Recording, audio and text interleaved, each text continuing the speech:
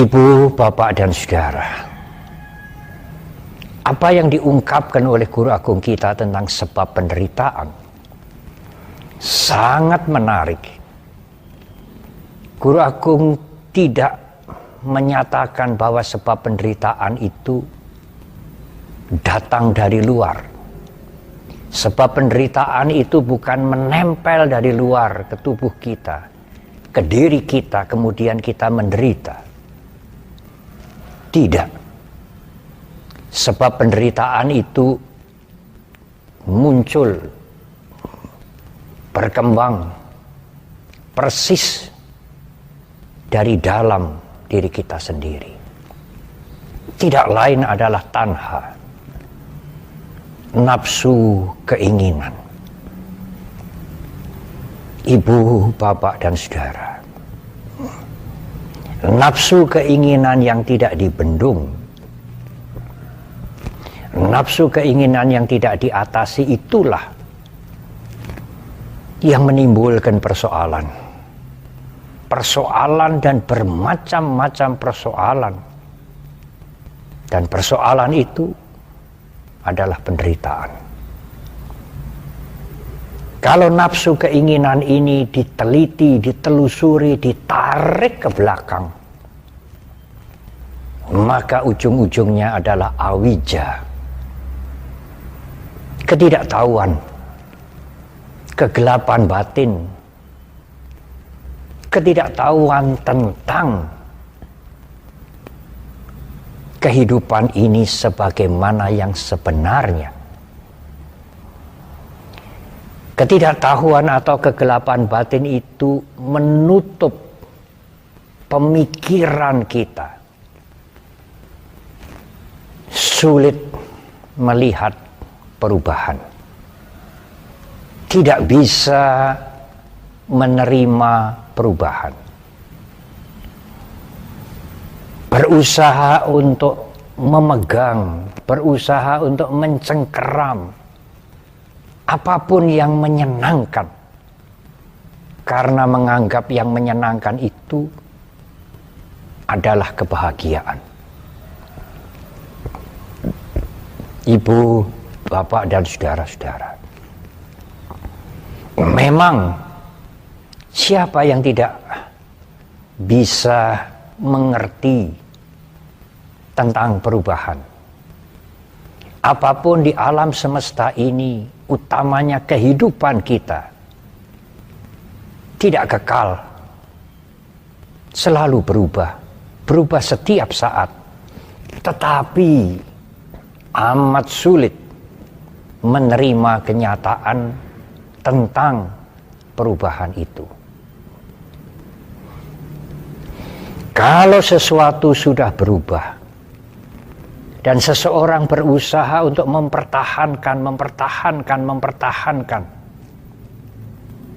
bahkan ia mempertahankan dengan melakukan kejahatan, ia mempertahankan dengan kebencian, asalkan kenikmatan dan kesenangan itu tidak berlalu. Ketidaktahuan atau kebodohan inilah yang menjadi sebab paling ujung dari penderitaan, dari duka. Dan semuanya itu karena menganggap bahwa perubahan bisa dihentikan, kesenangan bisa dinikmati untuk selama-lamanya, perubahan bisa dihindari. Itulah keakuan yang menjadi pangkal dari keserakahan, keinginan untuk mempertahankan kesenangan, pangkal dari kebencian, sumber dari semua kejahatan dan perilaku-perilaku yang buruk, semata-mata untuk mempertahankan kesenangan dan kenikmatan. Oleh karena itulah Guru Agung kita secara terang-terangan dalam berbagai khotbahnya yang lain menyebutkan bahwa sebab penderitaan itu ada dari dalam diri kita, yaitu pikiran yang dibiarkan, pikiran yang tidak dibebaskan dari kotoran-kotoran mental. Kotoran-kotoran mental yang mengotori pikiran itulah menimbulkan keserakahan, menimbulkan kebencian, perilaku yang buruk. Dan itulah sesungguhnya sumber penderitaan. Ibu, bapak, dan saudara, dalam Dhammapada disebutkan Attanang Dhammayanti Panditati, seorang yang bijaksana akan melatih, akan mengarahkan, akan menggeladi pikirannya. Karena dari pikiran itulah penderitaan muncul. Ibu, bapak, dan saudara, kalau seseorang bisa mengendalikan pikirannya, melatih untuk mengendalikan pikirannya, dan kalau pikiran itu terkendali meskipun belum bebas dari penderitaan, dia tidak terpancing oleh apapun yang datang dari luar, yang masuk ke indera mereka, atau ingatan-ingatan dari pikiran mereka. Kalau pikirannya terjaga, terkendali dengan baik. Tetapi ibu, bapak, dan saudara, pada saat tidak ada kesadaran, pada saat tidak ada pandangan yang jernih, pada saat sati sampajanya absen, maka objek-objek indrawi itu akan memancing pikiran kita. Dan pikiran itu akan bereaksi, timbullah bermacam-macam keinginan yang bertujuan untuk mencari kesenangan dan kenikmatan, meskipun merugikan orang lain, dan itulah penderitaan. Meskipun dengan cara itu sering kita menganggap cara untuk mengatasi penderitaan. Padahal sesungguhnya hanya mencari kesenangan yang terpancing oleh objek indrawi. Dan kesenangan itu menutupi persoalan, menutupi penderitaan yang lebih besar. Dan dengan menutupi itu dianggap penderitaan itu selesai, padahal belum. Penderitaan selesai hanya kalau kotoran-kotoran batin itu dikurangi. Kotoran-kotoran batin yang berada di batin kita, bukan yang masuk ditempelkan dari luar. Kotoran-kotoran batin yang berada di dalam diri kita, yang selalu bertambah kalau kita menuruti kesenangan-kesenangan indrawi. Tetapi kalau kita tidak menuruti kesenangan indrawi, mempunyai rencana, mempunyai cita-cita dengan kesadaran dan dengan pertimbangan yang benar, maka kotoran batin itu tidak akan bertambah. Justru akan berkurang. Berkurangnya kotoran batin itulah berkurangnya masalah-masalah. Berkurangnya kotoran batin itulah berkurangnya penderitaan. Dan berkurangnya penderitaan itulah kebahagiaan, ibu, bapak, dan saudara. Tidak usah harus dikejar atau dicari kemana-mana. Ibu, bapak, dan saudara. Tetapi yang menjadi persoalan adalah tidak sekadar mengerti. Seandainya kita sudah sangat mengerti bahwa segala sesuatu itu tidak kekal, kehidupan ini tidak kekal, kepuasan, kesenangan sekalipun Kepuasan itu dari perbuatan-perbuatan yang baik, bukan perbuatan yang buruk. Kepuasan atau kesenangan itu pun tidak kekal juga. Kita tahu, kita mengerti. Dan kalau yang tidak kekal itu ingin dipertahankan, tetapi kalau kita tidak bisa mempertahankan, maka timbullah kejengkelan, kemarahan, itulah penderitaan. Kita mengerti.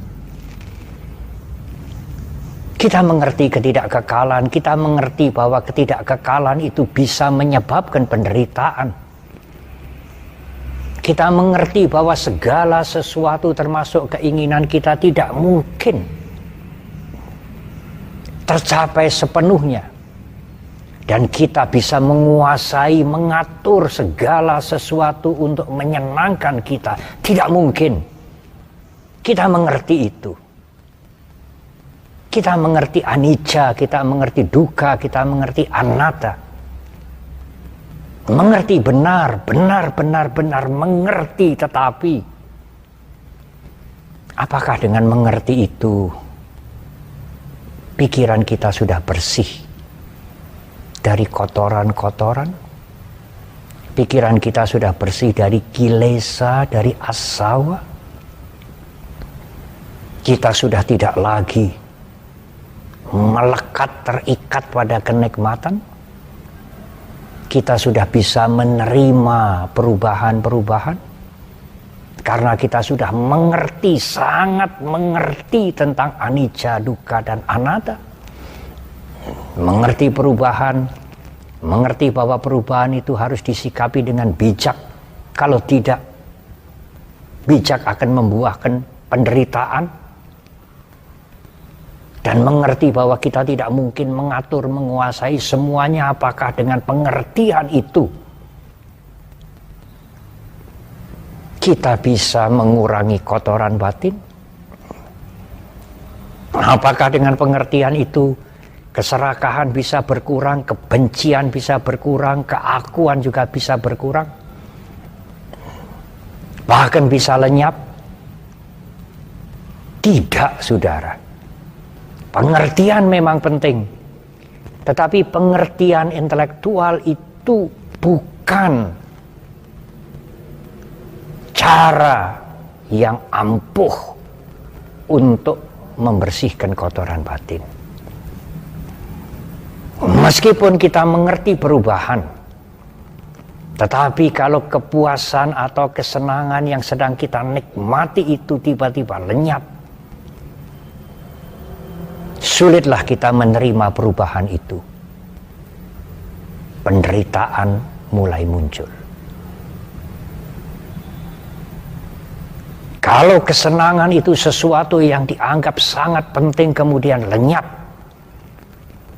ada kalanya seseorang berusaha mati-matian untuk mempertahankan dan mengembalikan kembali. Apakah kekuasaan, apakah materi, apakah kemasyhuran, dan lain-lain. Bahkan dengan cara-cara yang merugikan orang lain tetap dilakukan. Meskipun dia mengerti perubahan. Meskipun dia mengerti dia tidak bisa menguasai semuanya. Mengapa pengertian yang dimengerti itu masih saja seseorang melakukan hal-hal yang membuta, mempertahankan yang tidak kekal, mencari kesenangan dengan merugikan orang lain karena kemelekatan. Kenikmatan yang sudah menjadi habit, kebiasaan yang dilakukan bertahun-tahun, lama sekali, dengan segala macam cara kemudian lenyap. Sulit itu untuk diterima. Pengertian tinggal pengertian, tetapi lenyapnya apa yang disenangi tidak bisa diatasi dengan pengertian. Melekat, lengket pada yang disenangi, yang bermacam-macam yang disenangi itu tidak bisa diselesaikan hanya dengan mengerti. kelengketan itu, kecanduan itu, habit itu harus diatasi dengan pengendalian diri. Dengan sanghwara, dengan mengendalikan diri, dengan memegang sila. Yang intinya adalah mengendalikan diri tidak melakukan hal-hal yang buruk, yang merugikan orang lain, merugikan makhluk lain dan dirinya sendiri, tidak dilakukan. Maka dia menutup pintu. Menutup pintu kotoran batin itu, tidak mencari-cari kenikmatan baru. Kalau seseorang mempunyai keinginan baru, rencana, tujuan, seharusnya ia dengan sadar mempertimbangkan lebih dahulu, menyaring lebih dahulu. Apakah keinginan dan rencananya ini baik, berguna, tidak merugikan yang lain, dan mampu dia lakukan. Bukan karena dorongan keserakahan, mencari kenikmatan meskipun merugikan orang lain. Selain mengendalikan diri untuk berperang melawan kotoran batin itu, kita harus melatih diri mempunyai ketenangan pikiran. Pikiran yang tenang, tidak mudah diusik oleh objek-objek indrawi yang memancing keserakahan dan kebencian. Dan ketenangan batin, ketenangan pikiran itu bisa dilatih dengan meditasi. Ibu, bapak, dan saudara, memang suatu saat saya pernah menerima pertanyaan yang menggelitik, tetapi menarik. Pertanyaan itu demikian, Bante, sebagai seorang umat Buddha yang mengerti Dhamma sudah tentu, apakah masih mempunyai musuh? Orang itu mengatakan, Bante, jawab saja dengan terus terang, tidak usah dengan berdiplomasi. Sangat menarik pertanyaannya. Ibu, bapak, dan saudara, saya menjawab, iya, sebagai umat Buddha, seorang umat Buddha masih mempunyai musuh. Terus terang saya sampaikan, tidak sembunyi-sembunyi. Tetapi ibu, bapak, dan saudara, hampir semua umat Buddha dari golongan manapun, dari aliran manapun, mengerti dengan jelas sekali.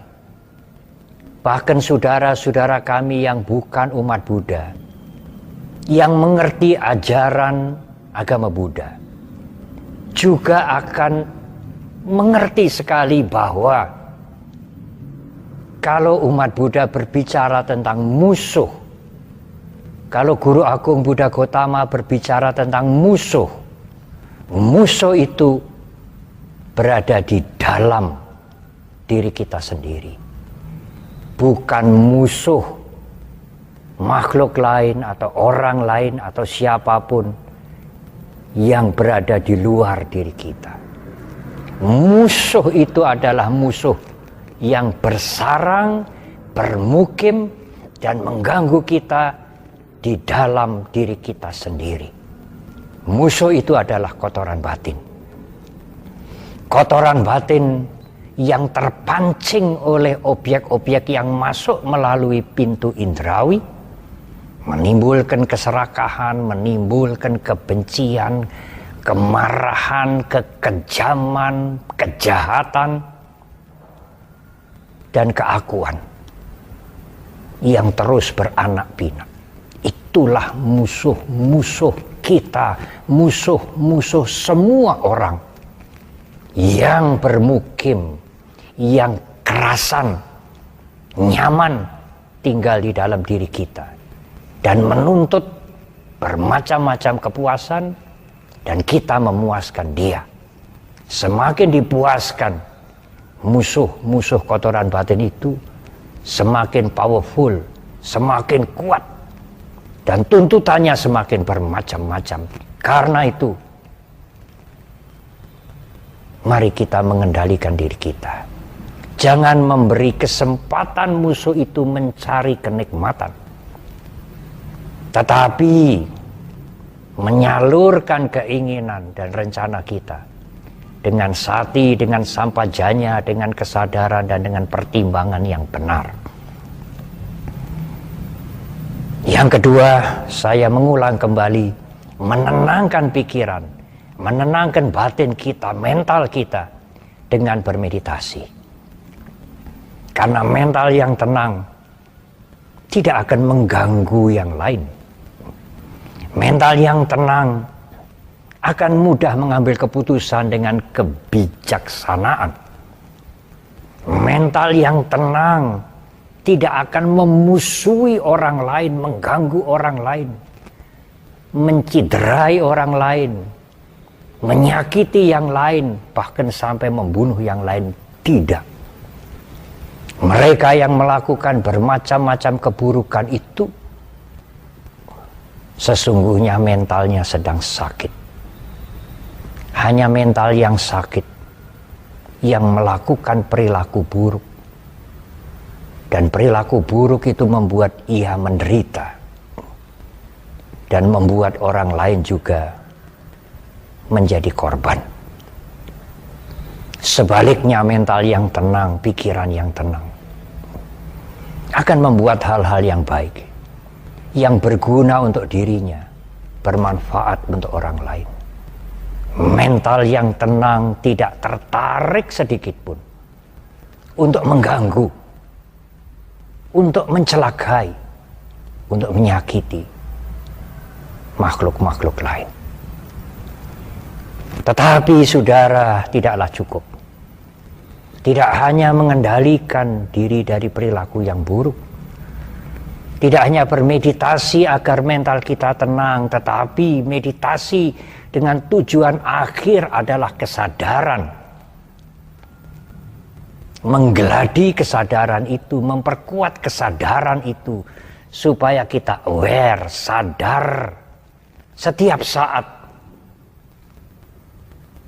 melihat ketidakkekalan, melihat perubahan, melihat kehidupan ini sebagaimana adanya, bukan menginginkan segala sesuatu sebagaimana keinginan kita, tetapi melihat segala sesuatu sebagaimana adanya, sehingga kita bisa melakukan segala macam tindakan dengan baik, dengan bijak, tidak menambah penderitaan, justru malahan mengurangi penderitaan.